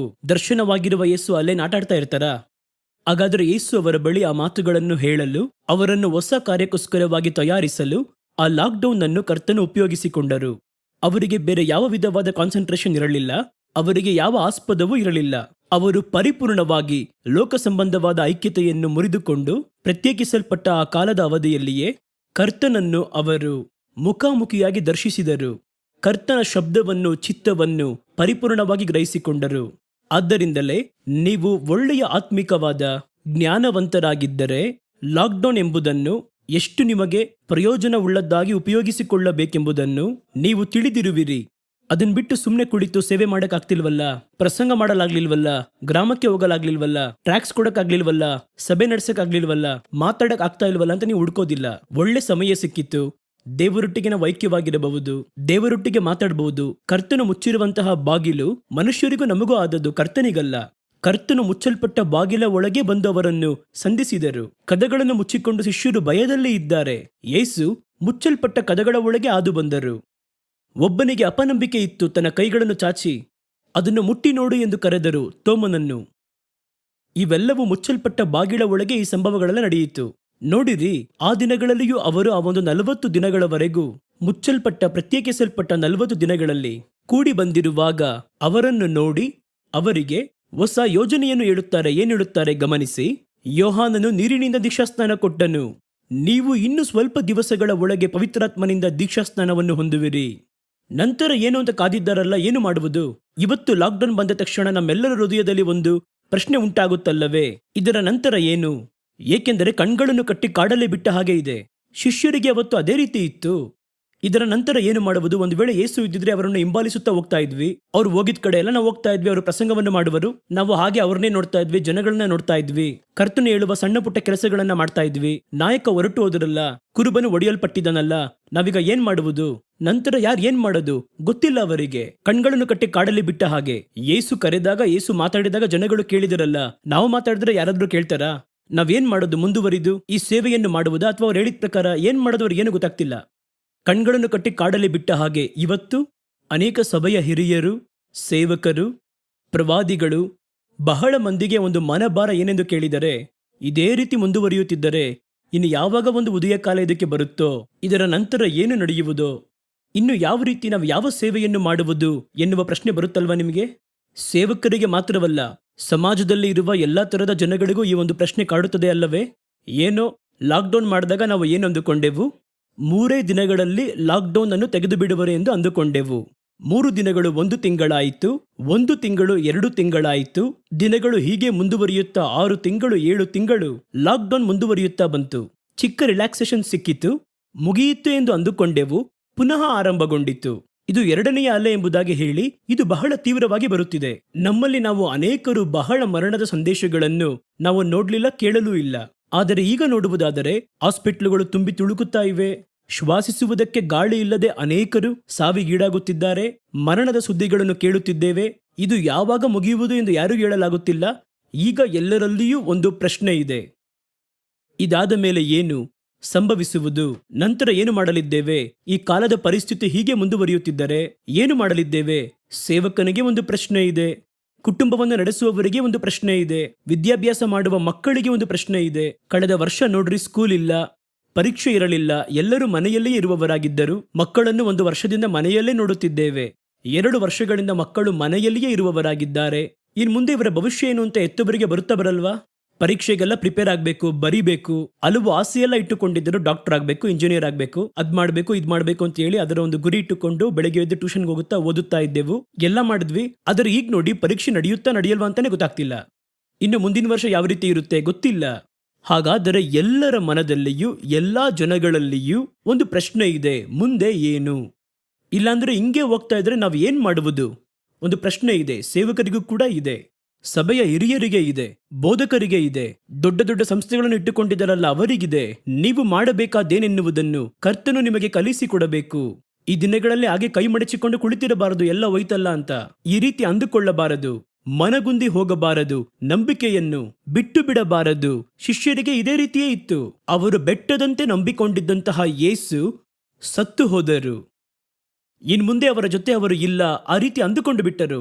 ಯೇಸು ಸತ್ತು ಹೋದರು. ಯೇಸು ಇನ್ ಮುಂದೆ ಪುನರುತ್ಥಾನರಾದರೂ ಕೂಡ ಏನ್ ಮಾಡುವುದು ಎಂಬ ಪ್ರಶ್ನೆ ಅವರಲ್ಲಿತ್ತು. ಈ ಸಮಯದಲ್ಲಿಯೇ ನಿಮ್ಮ ಪ್ರಶ್ನೆಗಳಿಗೆ ದೇವರು ಉತ್ತರ ಕೊಟ್ಟು ನಿಮ್ಮ ಕೈಗಳಲ್ಲಿ ಹೊಸ ಕಾರ್ಯಗಳನ್ನು ಕೊಡುವುದಕ್ಕೆ ಕರ್ತನು ಆಯ್ಕೆ ಮಾಡಿಕೊಂಡಿರುವಂತ ದಿನಗಳೇ ಲಾಕ್ಡೌನ್. ಬಿಟ್ಟು ಬಿಡಬೇಡಿರಿ. ಲಾಕ್ಡೌನ್ ನಲ್ಲಿ ಸುಮ್ಮನೆ ಅಜ್ಜಿಕತೆಗಳನ್ನು ಮಾತಾಡಿಕೊಂಡು, ಹಳೆಯದನ್ನೇ ನೆನಪು ಮಾಡಿಕೊಂಡು ಅಥವಾ ಮನಗುಂದಿ ಹೋಗಿ ನಂಬಿಕೆಯನ್ನು ಕಳೆದುಕೊಂಡು ಬಿಟ್ಟು ಬಿಡಬೇಡಿರಿ. ಇದು ನೀವು ಕರ್ತನನ್ನು ಹುಡುಕುವಂತ ಸಮಯ. ಕರ್ತನ ಬಳಿಯಲ್ಲಿ ನೀವು ಕಾರ್ಯಗಳನ್ನು ಕಲಿತುಕೊಳ್ಳುವಂತ ಸಮಯ. ನಿಮಗೆ ಕರ್ತನು ಸ್ಪಷ್ಟವಾಗಿರುವ ಕಾರ್ಯವನ್ನು ಹೇಳುವಂತ ಸಮಯ. ಲಾಕ್ಡೌನ್ ಅನ್ನು ಉಪಯೋಗಿಸಿರಿ. ಅಲ್ಲಿ ನೋಡಿ, ಹಾಗೆ ಕುಳಿತಿರುವಾಗ ಕರ್ತನು ಹೇಳಿದರು. ನಂತರ ಏನೇ ಎಂದು ಕಾದಿದ್ದರಲ್ವಾ, ದೇವರು ಹೇಳಿದರು. ಯೋಹಾನನ್ನು ಬಂದು ಎಲ್ಲರಿಗೂ ದೀಕ್ಷಾಸ್ನಾನ ಕೊಟ್ರಲ್ವಾ, ಅದಕ್ಕಿಂತ ಮುಂಚಿತವಾಗಿ ದೀಕ್ಷಾಸ್ನಾನ ಎನ್ನುವಂತ ಕಾನ್ಸೆಪ್ಟ್ ಅನ್ನು ನಾವು ಸತ್ಯವೇದದಲ್ಲಿ ಎಲ್ಲೂ ಓದಲು ಆಗಲಿಲ್ಲ. ಆದರೆ ಯೋಹಾನನ್ ಎನ್ನುವವನು ಇಲ್ಲಿ ಒಂದು ದೀಕ್ಷಾಸ್ನಾನ ಎನ್ನುವಂತ ಹೊಸ ಕಾನ್ಸೆಪ್ಟ್ ಅನ್ನು ಕೊಟ್ಟು, ಪಾಪಗಳನ್ನು ಅರಿಕೆ ಮಾಡಿ ಕರ್ತನನ್ನು ಅಂಗೀಕರಿಸುವವನಿಗೆ ದೀಕ್ಷಾಸ್ನಾನವನ್ನು ಕೊಡುತ್ತೇನೆ. ಆ ರೀತಿ ದೀಕ್ಷಾಸ್ನಾನ ಎನ್ನುವ ಕಾರ್ಯವನ್ನು ಅವರು ಕೊಟ್ಟರಲ್ವಾ, ಅದೇ ರೀತಿಯೇ ನಾನು ಆತ್ಮದಿಂದಲೂ ಬೆಂಕಿಯಿಂದಲೂ ನಿಮಗೊಂದು ದೀಕ್ಷಾಸ್ನಾನವನ್ನು ಕೊಡಲಿದ್ದೇನೆ. ಕೆಲವೇ ದಿನಗಳಲ್ಲಿ ಅದನ್ನು ಹೊಂದಿಕೊಳ್ಳುವಿರಿ. ನೋಡಿರಿ, ಅವರಿಗೊಂದು ಯೋಜನೆ ಈಗ ಗೊತ್ತಾಯಿತು. ಕದಗಳು ಮುಚ್ಚಲ್ಪಟ್ಟಿದ್ದರು. ಇದರಲ್ಲಿ ಮುಂದಿನ ಯೋಜನೆಗಳನ್ನು ನಮಗೆ ಕೊಡಲ್ಪಡುವುದು, ನಾವು ಮಾಡಬೇಕಾಗಿರುವುದು, ನಾವು ಮಾಡಬೇಕಾದದ್ದೆಲ್ಲವನ್ನು ಕರ್ತನು ನಮಗೆ ಸ್ಪಷ್ಟೀಕರಿಸಿ ಮಾತಾಡುತ್ತಾರೆ. ಹಾಗಾಗಿ ಹೊಸ ಓಟಕ್ಕೆ ನಿಮ್ಮನ್ನು ತಯಾರಿಸುವುದಕ್ಕಾಗಿಯೂ ನೀವು ಮುಂದೇನು ಮಾಡಬೇಕು ಎಂಬುದಾಗಿ ತಿಳಿಸುವುದಕ್ಕಾಗಿ ಈ ಲಾಕ್ಡೌನ್ ವೇಳೆಯಲ್ಲಿ ಕರ್ತನ ಮಕ್ಕಳು, ಸೇವಕರು, ಎಲ್ಲಾ ವಿಶ್ವಾಸಿಗಳು ಯಾವ ರೀತಿ ಆ ಸಮಯವನ್ನು ನಾವು ಖರ್ಚು ಮಾಡಿ ನಾವು ವ್ಯರ್ಥ ಮಾಡುತ್ತಿದ್ದೇವೆನ್ನುವುದನ್ನು ಯೋಚಿಸಿರಿ. ಕೆಲವರು 24 ಗಂಟೆಯೂ ಸೋಷಿಯಲ್ ಮೀಡಿಯಾದಲ್ಲಿ ಸಮಯವನ್ನು ಕಳೆದುಕೊಳ್ಳುತ್ತಿದ್ದಾರೆ. ಇನ್ನು ಕೆಲವರು ಬಂದು ಆ ಸಮಯದಲ್ಲಿ ಮತ್ತೊಬ್ಬರ ಬಳಿ, ವಿಶ್ವಾಸಿಗಳ ಬಳಿ ಮಾತಾಡುವುದು ಎನ್ನುವುದರಲ್ಲಿಯೂ ಬಿಟ್ಟು ಹೋದ ಸೇವೆಯೇ, ಹೊರಗಿದ್ದಂತಹ ಸೇವೆಯನ್ನು ಒಳಗೂ ಅದನ್ನೇ ಮಾಡುತ್ತಿದ್ದಾರೆ. ನಾನು ಇದನ್ನೇ ಮುಂಚಿತವಾಗಿ ನಿಮಗೆ ಹೇಳಿದೆ. ಹೊರಗೆ ಮಾಡುವುದಕ್ಕೆ ನಿಮಗೊಂದು ಕೆಲಸವಿದ್ದ ಹಾಗೆ ಒಳಗೆ ಮಾಡುವುದಕ್ಕೂ ಒಂದು ಕೆಲಸ ಉಂಟು. ಅದೇನೆಂಬುದನ್ನು ಮೊದಲು ತಿಳಿದುಕೊಳ್ಳಿ. ನೀವು ಒಳಗಿದ್ದುಕೊಂಡು ಹೊರಗಿನ ಸೇವೆ ಮಾಡುತ್ತಿದ್ದರೆ ಒಳಗೆ ಮಾಡಬೇಕಾಗಿರುವ ಸೇವೆಯನ್ನು ಮಾಡುವುದು ಯಾರು? ಆಗ ಅದನ್ನು ಕರ್ತನು ಹೇಳಬೇಕು. ಆಗ ಇದಕ್ಕಾಗಿ ಅವರು ಆಗ ಕಾದಿದ್ದರು. ಇದು ನೀವು ಕಾದಿರಬೇಕಾಗಿರುವ ಸಮಯ. ಕರ್ತನ ಬಳಿ ಯೋಜನೆಗಳನ್ನು ಪಡೆದುಕೊಳ್ಳಬೇಕಾಗಿರುವ ಕಾಲ, ನಿಮ್ಮನ್ನು ಯೋಗ್ಯರಾಗಿ ಮಾರ್ಪಡಿಸಿಕೊಳ್ಳುವ ಕಾಲ. ಅದನ್ನೇ ದೇವರಲ್ಲಿ ಹೇಳ್ತಾರೆ. ಅವ್ರು ಹೇಳ್ತಾರೆ, ಇದೇ ರೀತಿ ಕದಗಳು ಮುಚ್ಚಿರಬೇಕಾದರೆ ಜನಗಳ ಜೊತೆ ಯಾವುದೇ ಸಂಪರ್ಕವಿಲ್ಲದೆ ಇದ್ದೀರಾ? ನಾವು ಹೇಗೆ ಹೋಗಿ ಸೇವೆ ಮಾಡುವುದು? ಯೇಸು ಇಲ್ಲವಲ್ಲ, ನಾವು ಹೋಗಿ ಸೇವೆ ಮಾಡಿದರೆ ಅದನ್ನು ಯಾರು ಅಂಗೀಕರಿಸಿಕೊಳ್ಳುವರು ಎನ್ನುವ ಭಯವು ನಿಮ್ಮ ಒಳಗೆ ಇದೆ. ಇದೇ ರೀತಿ ಇದೆಯಲ್ಲ, ಮುಂದೆ ಏನು ಎನ್ನುವಂತಹ ಒಂದು ಯೋಚನೆ ಒಳಗಿದೆ. ಆದರೆ ನಾನು ನಿಮಗೆ ಹೇಳುತ್ತೇನೆ, ಕೆಲವು ದಿನಗಳಲ್ಲಿ ನೀವು ಆತ್ಮದಿಂದ ದೀಕ್ಷಾಸ್ನಾನವನ್ನು ಹೊಂದುವಿರಿ. ಅದಕ್ಕೆ ನೀವು ಏನು ಮಾಡಬೇಕು? ಕರ್ತನು ಯೋಜನೆ ಕೊಡ್ತಾರೆ ನೋಡಿ. ಯೆರೂಸಲೇಮನ್ನು ಬಿಟ್ಟು ಹೋಗದೆ ನಾನು ನಿಮಗೆ ಹೇಳಿದಂತ ತಂದೆಯ ವಾಗ್ದಾನವು ನೆರವೇರುವಂತೆ ಕಾದಿರಿ ಎಂಬುದಾಗಿ ಆಜ್ಞಾಪಿಸಿದರು. ಹಾಗಾದ್ರೆ ನೀವು ಏನ್ ಮಾಡಬೇಕು? ಏನು ಮಾಡಬಾರದು, ಕಾದಿರಬೇಕು. ಕಾದಿರುವಂತದ್ದೇ ನಿಮ್ಮನ್ನು ರೂಪಿಸುವುದು. ಅದುವೇ ನಿಮಗೆ ಹೊರಗಿರುವಂತ ಸಂಪರ್ಕಗಳನ್ನು ಕಡಿದು ಹಾಕುವುದಕ್ಕೆ ಒಂದು ಲಾಕ್ಡೌನ್. ನೀವು ಕಾದಿರಬೇಕು. ಈ ಕಂಬಳಿ ಹುಳುವನ್ನು ನೀವು ಓದಿರಬಹುದು ಅಥವಾ ಗ್ರಾಮಗಳಲ್ಲಿ ನೋಡಿರಬಹುದು. ಅದನ್ನು ಕಂಬಳಿ ಹುಳ ಎಂಬುದಾಗಿ ಹೇಳುವರು. ಆಂಗ್ಲ ಭಾಷೆಯಲ್ಲಿ ಈ ಕ್ಯಾಟರ್ಪಿಲ್ಲರ್ ಎಂಬುದಾಗಿ ಹೇಳುವರು. ಮೈ ಮೇಲೆಲ್ಲ ಕೂದಲಿರುವುದು ನೋಡಿದ್ದೀರಲ್ಲ. ನಮಗೆ ತಗಲುವುದಾದರೆ ನವೆ ಉಂಟಾಗುವುದು. ಈ ನುಗ್ಗೆಕಾಯಿ ಮರ, ಬೇವಿನ ಮರ, ಈ ತರ ಮರಗಳ ಮೇಲೆ ಬಹಳ ಅಧಿಕವಾಗಿ ಇರುವುದು ನೀವು ನೋಡಿರಬಹುದು ಈ ಕಂಬಳಿ ಹುಳುಗಳು. ಹಾಗೆ ಮೈ ಮೇಲೆಲ್ಲ ಮುಳ್ಳು ಮುಳ್ಳಾಗಿರಬಹುದು. ಹಾಗೆ ತೆವಳುತ್ತಾ ಮುಂದೆ ಹೋಗುವುದು. ಇವುಗಳು ಒಂದು ಪ್ರತ್ಯೇಕ ಕಾಲ ಬರುವವರೆಗೂ ಅಲ್ಲಿಯವರೆಗೂ ಹಾಗೆ ಸಾಗುತ್ತಿರುವುದು, ಅಂಟಿಕೊಂಡಿರುವುದು. ಪ್ರತ್ಯೇಕ ಸಮಯ ಬಂದಾಗ ಅದರ ದೇಹದ ಒಳಗಿಂದ ಒಂದು ದಾರದ ರೀತಿಯಲ್ಲಿ ಬಂದು ಅದನ್ನು ಹಾಗೆ ಸುತ್ತಲು ಆರಂಭಿಸುವುದು. ನೀವು ಅನಂತರ ನೋಡುವುದಾದರೆ ಒಂದು ಮೊಟ್ಟೆಯ ರೀತಿಯಲ್ಲಿ ಮೇಲೆ ಸುತ್ತಿ ಹಾಗೆ ದಾರದಲ್ಲಿ ಸುತ್ತಿರುವುದು. ಆಮೇಲೆ ಲಾಕ್ಡೌನ್ ಆಗಿರುವುದು. ಅದುವೇ ಒಂದು ಕಂಬಳಿ ಹುಳದ ಜೀವನ. ಈಗ ಅದಕ್ಕೆ ಚಲನವಲನವಿಲ್ಲ, ಊಟ ಮಾಡಲಾಗುವುದಿಲ್ಲ. ಮೇಲೆ ಅದರೊಳಗಿಂದ ಬಂದಂತಹ ಆ ದಾರವೇ ಅದನ್ನು ಸುತ್ತಿ ಹಾಗೆ ಅದು ಬಂಧಿಸುವುದು. ಕೆಲವು ದಿನ ಆ ಲಾಕ್ಡೌನ್ನಲ್ಲಿ ಇರುವುದು. ಅದನ್ನು ಮುಗಿಸಿದ ನಂತರ ಅದರ ಮೇಲೆ ಇರುವಂತಹ ಆ ಚಿಪ್ಪು ಸ್ವಲ್ಪ ಸ್ವಲ್ಪವಾಗಿ ಒಡೆಯಲ್ಪಟ್ಟು ಅದನ್ನು ಒಡೆದುಕೊಂಡು ಸುಂದರ ವರ್ಣರಂಜಿತ ಚಿಟ್ಟೆಯಾಗಿ ಹೊರಬರುವುದು. ಒಂದು ಸಮಯದಲ್ಲಿ ಅದನ್ನು ನೋಡಿದಾಗ ಅಸಹ್ಯಪಟ್ಟು ಅಂಜಿದೆವು. ನಮ್ಮ ಮೇಲೆ ನವೆಯನ್ನು ಉಂಟು ಮಾಡಿದ ಆ ಹುಳುವು ಈಗ ಅದನ್ನು ನೋಡುವಾಗ ಸಂತೋಷ ಉಂಟು ಮಾಡುತ್ತಿದೆ. ಕಲರ್ ಕಲರ್ ಆಗಿದೆ. ನಾವು ಕೈಯಲ್ಲಿ ಹಿಡಿಯಬಹುದು. ಚಿಕ್ಕ ಮಕ್ಕಳು ಹಿಡಿದು ಆಟ ಆಡುತ್ತಾರೆ. ನೋಡುವುದಕ್ಕೆ ಅಷ್ಟು ಮನೋರಮ್ಯವಾಗಿದೆ. ಅದರ ಹಿಂದಿನ ಸ್ಥಿತಿ ಹೇಗಿತ್ತು ಗೊತ್ತಾ? ಕಪ್ಪಗೆ, ಮುಳ್ಳು ಮುಳ್ಳಾಗಿ, ಅಸಹ್ಯವಾಗಿ, ಮೇಲೆ ಬಿದ್ದು ಜನಗಳನ್ನು ಭಯಪಡಿಸುತ್ತಾ ಆ ರೀತಿ ಇದ್ದದ್ದೇ. ಆ ಕಂಬಳಿ ಹುಳ ಜೀವನದ ನಂತರ ಇನ್ನೊಂದು ಜೀವಿತ ಅದಕ್ಕೆ ಇಡಲ್ಪಟ್ಟದಾಗಿತ್ತು. ಆದರೆ ಕಂಬಳಿ ಹುಳವಾಗಿದ್ದ ಕಾಲದಲ್ಲಿ ಅದು ಚಲನೆ ಇಲ್ಲದಾಗಿರಬೇಕು. ಅದುವೇ ಅಲ್ಲಿ.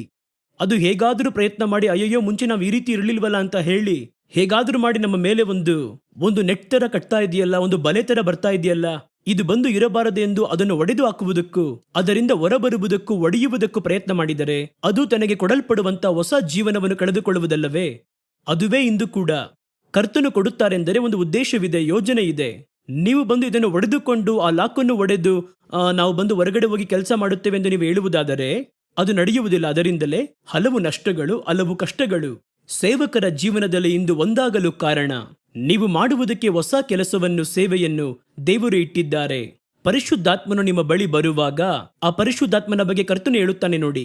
ಪರಿಶುದ್ಧಾತ್ಮನು ಬರುವಾಗ ಬಲ ಹೊಂದಿ ಯೆರೂಸಲೇಮು, ಯೂದಾಯ, ಸಮಾರ್ಯ ಸೀಮೆಗಳಲ್ಲಿಯೂ ಈ ಒಂದು ಲೋಕದ ಕಟ್ಟ ಕಡೆಯವರೆಗೂ ನನಗೆ ಸಾಕ್ಷಿಗಳಾಗಿರುವಿರಿ ಎಂಬುದಾಗಿ ಕರ್ತನವರಿಗೆ ವಾಗ್ದಾನ ಮಾಡಿದರು. ಹಾಗಾದರೆ ಇದನ್ನು ಕೇಳಿದ ತಕ್ಷಣ ನಿಮಗೆ ಗೊತ್ತಾಯಿತು, ಲಾಕ್ಡೌನ್ನಲ್ಲಿ ಜನಗಳ ಬಳಿಯಿಂದ ಬೇರ್ಪಡಿಸಲ್ಪಟ್ಟಿರುವಂತಹ ಈ ಸಮಯದಲ್ಲಿ ನಾವು ಮಾಡುವುದಕ್ಕೆ ಒಂದು ದೊಡ್ಡ ಯೋಜನೆಯನ್ನು ಕರ್ತನು ಇಟ್ಟಿದ್ದಾನೆ ಎಂದು ಅರಿತುಕೊಂಡು ತಕ್ಷಣ ಅವರು ತಮ್ಮ ಜೊತೆಯಲ್ಲಿದ್ದ 120 ಮಂದಿ ಒಳ್ಳೆ ಸಾಕ್ಷಿ ಒಳಗೊಂಡಿರುವ ದೇವರ ಶಿಷ್ಯರ ಬಳಿಯಲ್ಲಿ ಇವೆಲ್ಲವನ್ನು ಹೇಳಿ ಯೆರೂಸಲೇಮಿಗೆ ಎಲ್ಲರನ್ನೂ ಕರೆಯಿಸಿ ಯೆರೂಸಲೇಮಿನಲ್ಲಿ ಕಾದಿರಲು ಆರಂಭಿಸಿದರು. ಅದರಲ್ಲಿ ಸ್ತ್ರೀಯರು ಇದ್ದರು, ಯೇಸುವಿನ ತಾಯಿ ಅಲ್ಲಿ ಇದ್ದರು.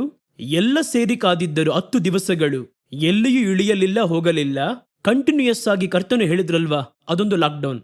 ಯಾರಿಗೂ ಹೊರ ಜಗತ್ತಿನ ಸಂಪರ್ಕವಿಲ್ಲ. ಪ್ರಾರ್ಥನೆಯಲ್ಲಿ ಇದ್ದರು. ಆಗ ಅವರು ಏನು ಮಾಡಿದರು?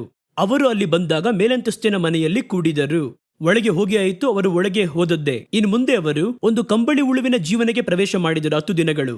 ಆ ಕಂಬಳಿ ಹುಳು ಜೀವನವನ್ನು ಅವರು ಮುಗಿಸಿ ಹೊರಗೆ ಬರುವಾಗ ಸುಂದರ ವರ್ಣಗಳುಳ್ಳ ಚಿಟ್ಟೆಗಳೋಪಾದಿಯಲ್ಲಿ ಚಿಟ್ಟೆಗಳ ಹಾಗೆ ಅವರು ಕರ್ತನಿಗಾಗಿ ದೊಡ್ಡ ಕಾರ್ಯಗಳನ್ನು ಮಾಡುವಂತಹ ಭಕ್ತಿ ವೈರಾಗ್ಯ ತುಂಬಿದ ಹೊಸ ಪರಿಮಾಣದ ಸೇವಕರ ಹಾಗೆ ಹೊರಬರಲಿದ್ದಾರೆ. ನೀವು ಹಿಂದೆ ಹಳೆಯ ಪೇತ್ರನನ್ನು ನೋಡಿದ ಹಾಗೆ ಈ ಪೇತ್ರನು ಇರಲಿಲ್ಲ. ಸಂದೇಹ ಪಡುತ್ತಿದ್ದ ತೋಮ ಇಲ್ಲ ಈಗ. ಭಯಪಡುತ್ತಿದ್ದ ಶಿಷ್ಯರು ಇಲ್ಲ ಈಗ. ಅವರ ಕಂಬಳಿ ಹುಳುವಿನ ಜೀವನವನ್ನು ಬದುಕಿ ಹೊರಗೆ ಬರುವಾಗ ನೋಡಿ, ಟ್ರಾನ್ಸ್ಫಾರ್ಮ್ ಆದರೂ ಹೊಸದಾಗಿ. ಭಯ ಇಲ್ಲದಂತಾಯಿತು. ಸಾಕ್ಷಿ ಹೇಳುವುದಕ್ಕೆ ಇದ್ದ ಆ ಭಯ ಇಲ್ಲದಂತಾಯಿತು. ಎದ್ದು ನಿಂತು ಸಾಕ್ಷಿ ಹೇಳುವವರಾದರು. ಇವೆಲ್ಲವನ್ನು ದೇವರಾತ್ಮನಿಂದ ಪಡೆದುಕೊಂಡರು. ಈ ಕಂಬಳಿ ಹುಳು ಜೀವನದಿ ನೀವು ಅದನ್ನು ಕೆಡಿಸಲು ಆರಂಭಿಸಿದರೆ ನಿಮಗಾಗಿ ಕರ್ತನಿಟ್ಟಿರುವಂತಹ ಯೋಜನೆಯನ್ನು ಪೂರ್ತಿಗೊಳಿಸಲಾಗುವುದಿಲ್ಲ. ನಮಗೆ ಸಮಯವಾಯಿತು. ಚಿಕ್ಕ ಸಂಭವವನ್ನು ಹೇಳಿ ಮುಗಿಸುತ್ತೇನೆ. ಸಾಧು ಸುಂದರ್ ಸಿಂಗ್ ರವರು ಒಂದು ಕಾಲದಲ್ಲಿ ಅವರು ಪಂಜಾಬಿಗೆ ಸೇರಿದವರು, ಸಿಖ್ ಜನಾಂಗಕ್ಕೆ ಸೇರಿದವರು. ಯೇಸುವಿನ ಮೇಲೆ ಇದ್ದಂತಹ ಬಹಳ ದೊಡ್ಡ ಭಕ್ತಿ ವೈರಾಗ್ಯದಿಂದ ಮನೆಯನ್ನು ಬಿಟ್ಟು ಹೊರಬಂದು ಹೊರಗೆ ಹೋಗಿ ಅವರು ಅಟ್ಟಲ್ಪಟ್ಟು ಕರ್ತನ ಸೇವೆಯನ್ನು ಮಾಡಿದವರು. ಅವರಿಗೆ ಬೇರೆ ಕಾರ್ಯವೆಲ್ಲ, ಸಾಧಾರಣ ಕಾರ್ಯವೆಲ್ಲ ಅಷ್ಟೊಂದು ಗೊತ್ತಿಲ್ಲ. ಒಂದು ಬಾರಿ ಅವರು ಏನು ಮಾಡಿದರು, ಅವರು ಸನ್ಯಾಸಿಯಂತೆ ಉಡುಪನ್ನು ಧರಿಸಿಕೊಂಡವರಾಗಿ ಪರ್ವತ ಪ್ರದೇಶವಾಗಿರುವ ನೇಪಾಳ, ಟಿಬೆಟ್ನಂತ ಪ್ರದೇಶಗಳಲ್ಲಿ ಸಾಧು ಸುಂದರ್ ಸಿಂಗ್ ಬಗ್ಗೆ ನಿಮಗೆ ಹೇಳಬೇಕಾ? ನಿಮಗೆ ಗೊತ್ತಲ್ಲವೇ? ಅವರು ಆ ರೀತಿ ಬಂದು ಬಹಳವಾಗಿ ಸೇವೆ ಮಾಡುತ್ತಿದ್ದರು. ಒಂದು ಬಾರಿ ಅವರ ಅಕ್ಕನ ಮನೆಯಲ್ಲಿ ಅವರು ಆಗ್ತಾನೆ ಸ್ವಲ್ಪವಾಗಿ ವಿಶ್ವಾಸದಲ್ಲಿ ಬರುತ್ತಿದ್ದಾರೆ. ಅವರ ಮನೆಗೆ ವಿಸಿಟ್ ಮಾಡಲು ಹೋದರು. ಹೋಗಿ ನೋಡಿದಾಗ ಅವರ ತಮ್ಮ ಅವರನ್ನು ಚೆನ್ನಾಗಿ ನೋಡಿಕೊಂಡಿದ್ದರು. ಬೆಳಗಿನ ಜಾವ ಬಾಗಿಲಲ್ಲಿ ಕುಳಿತುಕೊಂಡಿದ್ದರು. ಅಲ್ಲಿ ಕುಳಿತಿರುವಾಗ ಆ ಅಕ್ಕನವರ ಮನೆಯಲ್ಲಿ ಇಡಲ್ಪಟ್ಟಿದ್ದ ಒಂದು ಕೋಳಿ ಅದು ಮೊಟ್ಟೆಗೆ ಕಾವು ಕೊಡುತ್ತಾ ಇತ್ತು. ಆ ಕೋಳಿ ಮೊಟ್ಟೆಯೊಳಗೆ ಒಂದು ಚಿಕ್ಕ ಕೋಳಿ ಪಿಳ್ಳೆ ಅದನ್ನು ಒಡೆದುಕೊಂಡು ಹೊರಬರಲು ಪ್ರಯತ್ನ ಮಾಡುತ್ತಿದೆ. ಅದು ಕೈಯಲ್ಲಿ ಆಗಲಿಲ್ಲ. ಕಾಲನ್ನು ಚಾಚುತ್ತಿದೆ, ಮೂಗಿನಿಂದ ತಿವಿಯುತ್ತಿದೆ, ಆಗ್ತಿಲ್ಲ ಅದ್ ಕೈಲಿ. ಇವರು ಬಹಳ ಮನದುರುಗಿದರು. ಅಯ್ಯಯ್ಯೋ, ಎಷ್ಟೊಂದು ಕಷ್ಟಪಡ್ತಿದೆಯಲ್ಲ, ಸಹಾಯ ಮಾಡೋಣ ಅಂತ ಅಂದುಕೊಂಡು ಇವರು ಹೋಗಿ ಅದಕ್ಕೆ ಸಹಾಯ ಮಾಡುವ ಸಲುವಾಗಿ ಮೇಲಿರುವಂತಹ ಆ ಮೊಟ್ಟೆಯ ಚಿಪ್ಪನ್ನು ತೆಗೆಯಲು ಆ ಸಂದರ್ಭದಲ್ಲಿ ಏನಾಯಿತೆಂದರೆ ಆ ಚಿಪ್ಪನ್ನು ಎಳೆಯುವ ವೇಗದಲ್ಲಿ ಅದರ ರೆಕ್ಕೆಯು ಆ ಮೊಟ್ಟೆಯ ಚಿಪ್ಪಿಗೆ ಅಂಟಿಕೊಂಡು ಹೊರಗೆ ಬಂದಿತ್ತು. ಆ ಪಿಳ್ಳೆ ಸತ್ತೋಯ್ತು. ಅವರ ಅಕ್ಕ ಬಂದ್ರು, ನಿನಗೆ ಸ್ವಲ್ಪನಾದರೂ ಬುದ್ಧಿ ಏನಾದರೂ ಇದೆಯಾ ತಮ್ಮ? ಆ ಕೋಳಿ ಪಿಳ್ಳೆ ತಾನಾಗಿಯೇ ಹೋರಾಡಿ ಆ ಪ್ರತ್ಯೇಕ ಸಮಯದಲ್ಲಿ ಅದೇ ಒಡೆದುಕೊಂಡು ಹೊರಗೆ ಬರಬೇಕು. ಆ ಸಮಯದಲ್ಲಿ ಸಹಾಯ ಮಾಡಬಾರ್ದು ಅದಕ್ಕೆ. ಆಗಿದ್ರೆ ಮಾತ್ರನೇ ಅದು ಜೀವಂತವಾಗಿರುವುದು. ನೀನು ತೆಗೆದರೆ ರೆಕ್ಕೆ ಒಂದ್ ಕಡೆ, ಶರೀರ ಒಂದ್ ಕಡೆ ಕಿತ್ತೋಗುವುದು ಎಂದು ಹೇಳಿದರು. ಅದೇ ರೀತಿಯ ಒಂದು ಲಾಕ್ಡೌನ್ ದಿನಗಳಲ್ಲಿ ಅವರು ಅವತ್ತು ಆ ಕಾರ್ಯವನ್ನು ಕಲಿತುಕೊಂಡರು. ಕರ್ತನು ರೂಪಿಸುವಂತಹ ಸಮಯದಲ್ಲಿ ನಿಮಗೆ ಬೇರೆ ಕಾರ್ಯಗಳಲ್ಲಿ ನಿಮ್ಮ ಗಮನವು ತಿರುಗಲಾರಂಭಿಸಿದರೆ, ನೀವು ಅದನ್ನು ಒಡೆದುಕೊಂಡು ಕಾಲಕ್ಕಿಂತ ಮುಂಚಿತವಾಗಿ ಹೊರಬರಲು ಯೋಚಿಸುವುದಾದರೆ ಬಾಧೆಗೆ ಒಳಗಾಗುವೆವು. ಹಾಗಾದರೆ ಕರ್ತನು ಕೊಟ್ಟಿರುವ ಈ ಸಮಯವನ್ನು ನಾವು ಚಾಚು ತಪ್ಪದೆ ಉಪಯೋಗಿಸಬೇಕು. ದೇವರ ಬಳಿ ಕೇಳಬೇಕು, ನನಗೆ ಬಂದು ಈ ವಿಧವಾಗಿ ಒಂದು ಲಾಕ್ಡೌನ್ ಸಮಯ ಇದೆಯಲ್ಲ, ಇದರಲ್ಲಿ ನನ್ನನ್ನು ಯಾವ ರೀತಿ ರೂಪಿಸಲು ಬಯಸುತ್ತೀರಾ? ಇವತ್ತು ನಾವು ಬಹಳ ಮಂದಿ ಮಾಡೋ ತಪ್ಪು, ನಾನು ಪುನಃ ಹೇಳುತ್ತೇನೆ, ಬಹಳ ಮಂದಿ ಮಾಡುವುದು, ಬಾಗಿಲುಗಳು ಕದಗಳು ಮುಚ್ಚಲ್ಪಟ್ಟ ತಕ್ಷಣ ಕೆಲವರು ಅದನ್ನು ಹೊಡೆಯುವುದಕ್ಕೆ ಪ್ರಯತ್ನ ಮಾಡುತ್ತಾರೆ. ಕೆಲವರು ಒಡೆಯಲ್ಪಟ್ಟ ಕದಗಳ ಒಳಗೆಯೇ ತಾವು ಮಾಡಿದಂತಹ ಹಳೆಯ ಕಾರ್ಯಗಳನ್ನೇ ಹಿಂಬಾಲಿಸಿ ಮಾಡಲು ಮುಂದಾಗುತ್ತಾರೆ ವಿನಃ ಮುಚ್ಚಲ್ಪಟ್ಟ ಬಾಗಿಲುಗಳ ಒಳಗೆ ನನಗೆ ಏನು ಇಡಲ್ಪಟ್ಟಿದೆ ಎನ್ನುವುದನ್ನು ಯಾರು ಹುಡುಕುವುದೂ ಇಲ್ಲ, ಯಾರು ಅಂದುಕೊಳ್ಳುವುದಿಲ್ಲ, ಅದರ ಕಡೆಗೆ ಯಾರು ಗಮನ ಹರಿಸುವುದಿಲ್ಲ, ಕರ್ತನ ಬಳಿ ಕೇಳೋದೂ ಇಲ್ಲ. ಈ ಲಾಕ್ಡೌನ್ ಕಾಲದಲ್ಲಿ ಇವರು ಏನ್ ಮಾಡಿದ್ರು ನೋಡಿ, ಇವರು ಐಕ್ಯಮತವುಳ್ಳವರಾಗಿದ್ದು ಹೊರಗೆ ಎಲ್ಲೂ ಬರಬಾರದು. ತಮ್ಮನ್ನು ಅವರು ರೂಪಿಸಿಕೊಳ್ಳಲು, ಅವರನ್ನು ಬಲಪಡಿಸಿಕೊಳ್ಳಲು ಪ್ರಾರ್ಥನೆಯಲ್ಲೂ ವಿಜ್ಞಾಪನೆಗಳಲ್ಲೂ ದೃಢವಾಗಿ ಅವರು ನಿರತರಾಗಿದ್ದರು. 10 ದಿವಸಗಳು ಕರ್ತನು ಅವರಿಗೆ ಹೇಳಿ ಮೇಲಂತಸ್ತಿನ ಮನೆಯಲ್ಲಿ ಅಡಗಿಸಿಟ್ಟರು. ಅವರೇ ಬಂದು ಹೊರಗೆ ಬರಲಿಲ್ಲ. 10 ದಿವಸ ವಾಗ್ದಾನ ಯಾವಾಗ ನೆರವೇರುತ್ತೆ ಅಂತ ಇವತ್ತು ಗೊತ್ತು ನಮಗೆ 10 ದಿವಸ ಅಂತ. ಅವರಿಗೆ ಯಾವಾಗ ಅಂತ ಹೇಳಲ್ಪಡ್ಲಿಲ್ಲ. ಅವರು ಎಷ್ಟು ದಿನಾನೋ ಕರ್ತನು ಹೇಳಿದ್ರು ಹೋಗೋಣ ಅಂತ ಅವರು ಆ ರೀತಿ ಹೋದರಷ್ಟೇ. 10 ದಿನ ಕಾದಿರಿ ಅಂತ ಕರ್ತನು ಹೇಳಿದ್ರ, ಆ ರೀತಿ ಅವರು ಹೇಳಲಿಲ್ಲ. ನೀವು ಹೋಗಿರಿ, ವಾಗ್ದಾನ ನೆರವೇರುವವರೆಗೂ ಕಾದಿರಿ ಎಂದು ಹೇಳಿದರು. ಅವರು ಎಷ್ಟು ದಿನ ಅಂತ ಎದುರು ನೋಡ್ತಿರ್ಬೋದು, ಎಷ್ಟು ದಿನ ಆದ್ರೂ ಪರವಾಗಿಲ್ಲ, ಕರ್ತನು ಹೇಳಿದರು ಒಳಗೆ ಹೋಗುವಂತ. ಅದುವೇ ಆ ಒಂದು ವಿಧಿಯತ್ವ. ಚೆನ್ನಾಗಿ ಒಂದು ಲಾಕ್ಡೌನ್ ನಮಗೆ ಹೇಳಿಕೊಡುವ ಕಾರ್ಯವೇನೆಂದರೆ, ತೆರೆದಿರುವ ಬಾಗಿಲಲ್ಲಿ ಮಾತ್ರವಲ್ಲ, ಮುಚ್ಚಲ್ಪಟ್ಟ ಬಾಗಿಲಲ್ಲೂ ನಿಮಗೊಂದು ಕೆಲಸ ಉಂಟು. ನೀವು ಆ ಕದವನ್ನು ಒಡೆದು ಹಾಕಲು ಪ್ರಯತ್ನಿಸಬಾರದು. ನಿಮ್ಮನ್ನು ಕರ್ತನು ಒಂದು ಕಂಬಳಿ ಹುಳುವಿನ ಪಾದೆಯಲ್ಲಿ ಒಳಗಿಟ್ಟು ಹೊಸ ಪರಿಮಾಣದಲ್ಲಿ ಹೊರತರಲು ಬಯಸುವಾಗ ಈ ರೀತಿಯೇ ಕಟ್ಟಿ ಹಾಕುವರು. ಇವುಗಳ ಕ್ರಿಯೆಗಳನ್ನು ಕಟ್ಟಿ ಹಾಕುವರು, ಒಂದು ಲಾಕ್ ಮಾಡುವರು. ಆದರೆ ಲಾಕ್ ಮಾಡಿ ಅಲ್ಲಿ ಒಳಗೆ ಮೇಲೆ ಬಂದು ತನ್ನ ಶರೀರದಲ್ಲಿ ಆ ದಾರಗಳು ಸುತ್ತಲ್ಪಟ್ಟಿವೆಯಲ್ಲ ಒಳಗೆ, ಆ ಒಂದು ಹುಳ ಅದು ಒಳಗೆ ಸುಮ್ಮನಿದೆ ಅಂತ ಅಂದುಕೊಂಡಿದ್ದೀರಾ? ಅದರ ಒಳಗೆ ಬೇರೆ ಒಂದು ರೂಪಾಂತರ ಉಂಟಾಗುತ್ತದೆ, ಬೇರೆ ಒಂದು ಸಿದ್ಧತೆ ನಡೆಯುತ್ತದೆ, ಬೇರೆ ಹಲವು ವಿಧವಾದ ವರ್ಣಗಳು ಅಚ್ಚಲ್ಪಡುತ್ತವೆ. ಅದು ಬೇರೆ ಒಂದು ರೂಪಾಂತರವನ್ನು ಹೊಂದುತ್ತದೆ. ಇಷ್ಟೊಂದು ಕೆಲಸ ನಡೆಯುತ್ತಿದೆ ಒಳಗೆ. ನಾವು ಹೊರಗಡೆಯಿಂದ ನೋಡ್ಬೇಕಾದ್ರೆ ನಮಗೇನು ಗೊತ್ತಾಗಲ್ಲ, ಒಂದು ಚಿಪ್ ತರ ಕಾಣಿಸುತ್ತೆ ಅಷ್ಟೇ. ಅದೊಂಥರ ಚಿಪ್ ತರ ಇರುತ್ತೆ, ಟೊಕ್ ಟೊಕ್ ಅಂತ. ಕೆಳಗ್ ಬಿದ್ರು ತಳ್ಳದ್ರು ಹಂಗೆ ಸುಮ್ಮನೆ ಇರುವುದು. ಆದರೆ ಒಳಗೊಳಗೆ ಒಂದು ಕೆಲಸವು ನಡೆಯುತ್ತಾ ಇದೆ. ಇದನ್ನೇ ನೀವು ಸ್ಪಷ್ಟವಾಗಿ ಅರ್ಥ ಮಾಡಿಕೊಂಡು ಕರ್ತನು ನಿಮ್ಮನ್ನು ರೂಪಿಸುವುದಕ್ಕೆ ಸ್ಥಳವನ್ನು ಕೊಡಬೇಕೆಂದು ನನ್ನ ಒಂದು ಬಯಕೆ. ಇನ್ನೂ ಈ ರೀತಿ ಬಹಳ ಕಾರ್ಯವನ್ನು ನಾವು ಮಾತಾಡಬೇಕಾಗಿದೆ. ಮುಂದಿನ ಬಾರಿ ನಾವು ಭೇಟಿಯಾಗುವಾಗ ಇನ್ನು ಕೆಲವು ಹೊಸ ಮಾಹಿತಿಗಳನ್ನು ನಾವು ನೋಡೋಣ. ಅಲ್ಲಿಯವರೆಗೂ ನಿಮಗೆ ವಂದನೆಯನ್ನು ಸಲ್ಲಿಸಿ ಮುಗಿಸುತ್ತೇನೆ. ವಂದನೆ, ನಮಸ್ಕಾರಗಳು.